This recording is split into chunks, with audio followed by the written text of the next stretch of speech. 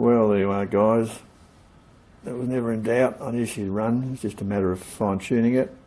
And I'll basically put a larger flywheel on because it's got a 2-bearing crank, so there's more drag, so it needs a bit more momentum to keep it going. Get it past top dead centre.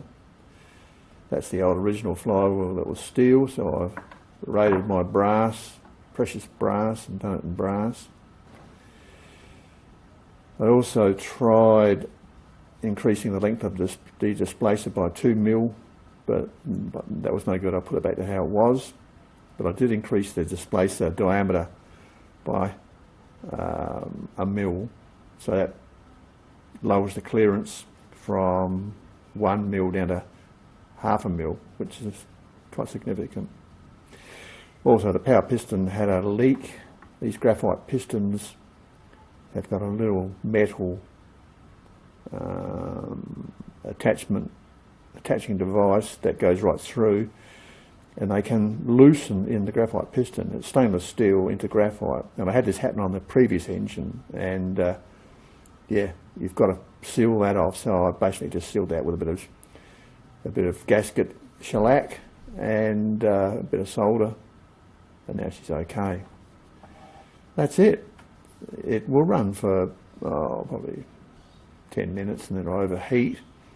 So I've still got to address the insulation between the displacer heating element, the hot side and the cold side, because what I've used at the moment is sort of works, but it's not brilliant.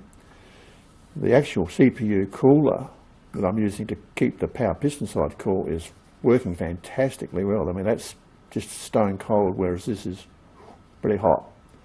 So this is a great idea. This really works well. On the previous one, the first one I did, which would run for 17 minutes exactly and then would stop, the power piston was getting too hot. This side was okay, but the power piston was overheating. So this is the answer, guys. Get an old CPU cooler and away you go. Anyway, that's it. This is just the get it going board. I'll get a proper wooden Jarrah base for it, and I'll paint all these uprights. There's 3 of those to paint. And before I do that, we'll investigate the insulation there, see if I can improve it again, just a bit more. But yeah, as you see, it runs pretty good, not too bad. And as an experimental motor, I'm quite pleased with it because I wasn't sure how this was going to work out. But yeah, it worked out real good.